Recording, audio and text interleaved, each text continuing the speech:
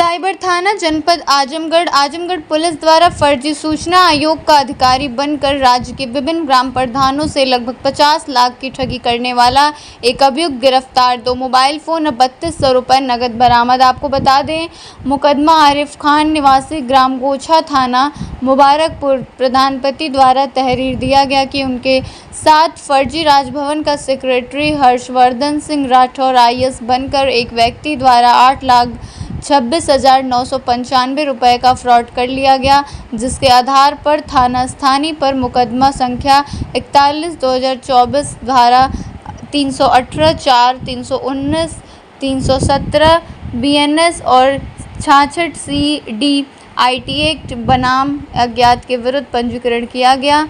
गिरफ्तार अभियुक्त द्वारा पूछताछ में बताया गया कि इंटरनेट से NIC के वेबसाइट से ग्राम प्रधानों और पूर्व प्रधानों की सूची निकालकर संपर्क करता है। जन सूचना अधिकारी और सचिवालय अधिकारी राजभवन का फर्जी सेक्रेटरी हर्षवर्धन सिंह राठौर IAS बनकर उनको कॉल करता था तथा उनके खिलाफ भ्रष्टाचार और जांच आदि के आरोप लगाकर डरा धमकाकर उनसे अपने खाते तथा बताए गए जनसेवा केंद्र के खातों में पैसा मंगा लेता हूं।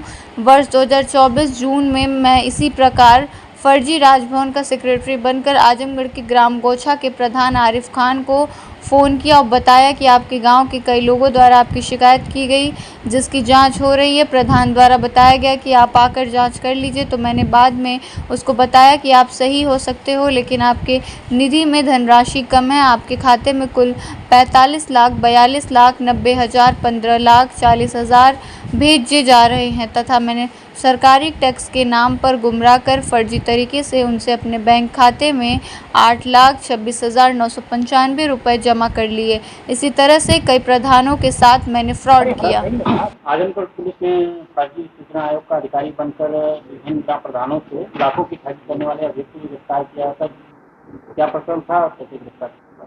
देखिए, दिनांक 26/10/2024 को 26 अक्टूबर को मोहम्मद आरिफ नाम के व्यक्ति हैं जो ओछा गांव के प्रधान हैं थाना मुबारकपुर।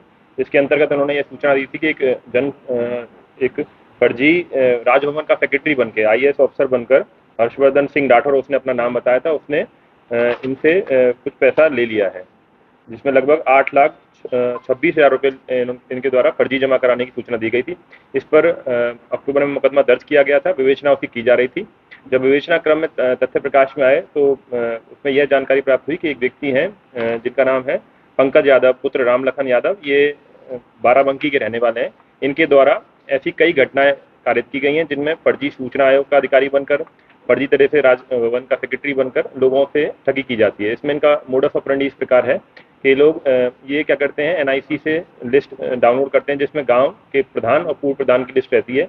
ये पूर्व प्रधानों की सूचना उनकी भ्रष्टाचार की जांच कराने के नाम पर या उनको जो राशि प्राप्त हुई है विभिन्न योजनाओं में उसमें अधिक पैसा दिलाने के नाम पर पैसा हड़पते हैं और फर्जी IAS ऑफिसर बनकर उनको डराते धमकाते हैं और उनसे पैसा ले लेते हैं। इस पर इनकी गिरफ्तारी की गई है और भी तथ्यों की जांच की जा रही है। इनके बैंक अकाउंट का अवलोकन किया जा रहा है और इन्होंने जितने भी प्रधान और पूर्व प्रधानों से पहले संपर्क किए हैं उन सब की जांच की जा रही है। उन सब के बाद जो भी तथ्य आगे प्रकाश में आएंगे और भी विधिक कार्रवाई की जाएगी। कैसे पुलिस को पकड़ में आया? देखिए, इनकी हमने पूरी, जब इन्होंने बताया कि पैसा इनके अकाउंट में जमा किया है तो इनके अकाउंट की लेयर बाई लेयर एनालिसिस की गई, कहाँ से पैसा विड्रॉल किया गया उसकी जांच की गई और जो इनके द्वारा अन्य प्रधानों से संपर्क किया गया था उनसे भी जांच की गई। तो जो तथ्य आगे आए थे उसमें प्रकाश में उनके द्वारा इनकी गिरफ्तारी की गई। पूरी जांच अभी की जा रही है इनके अन्य साथियों के बारे में, किस किस तरह से इन्होंने पैसा अकाउंट कहाँ पे मंगाया है, पैसा कहाँ पे इनके विड्रॉल किया गया है, कितना पैसा इन्होंने ले लिया है, कितने लोगों को और भी विक्टिम बनाया है, उन सब की जांच की जा रही है। जो भी आगे तथ्य आएंगे उसको ब्रीफ किया जाएगा। इसके खिलाफ और अन्य जिलों में मुकदमे दर्ज होने की पूरी संभावना है। हम लोग सभी जनपदों से संपर्क कर रहे हैं। जितने भी मुकदमे दर्ज होंगे उनमें इनकी रिमांड भी ली जाएगी। देखिए, वो हम लोग सब अभी जांच कर रहे हैं। उसमें सभी प्रधान पूर्व प्रधान जिनसे भी इन्होंने पैसा हड़पा है उन सब के द्वारा भी जांच की जा रही है। उन सबसे मुकदमा दर्ज कराकर उनकी विधिक कार्रवाई की जाएगी। सर, ये अपनी मारने की फोटो भी वगैरह गांव में भिजवा देता है, किस तरह से क्या करता है? देखिए, जैसे कि आपको बताया कि अक्टूबर में इसका मुकदमा पंजीकृत किया गया था और कई बार इसके घर पर भी दबिश दी गई थी। आसपास के जहाँ पे संभावित इलाके थे जहाँ पे रह सकता था वहां पर भी दबिश दी गई थी। इसलिए इसने क्या किया कि इसने अपना एक मृतक अवस्था का फोटो खिंचवाया अपने दोस्त से और उस फोटो को पूरे गांव के लोगों में सर्कुलेट कर दिया कि मैं तो मर गया हूँ, जिससे कि पुलिस उसको दबिश ना दे, पुलिस ना ढूंढे और खत्म कर दे विवेचना। तो हम लोगों ने जब जांच में पता किया तो ये एक्चुअली जिंदा था, उसके मोबाइल और अकाउंट एक्टिव थे, पर इसने फोटो अपनी भिजवाई हुई थी। तो हमने वो भी तथ्य इसमें विवेचना प्रकाश में आया है।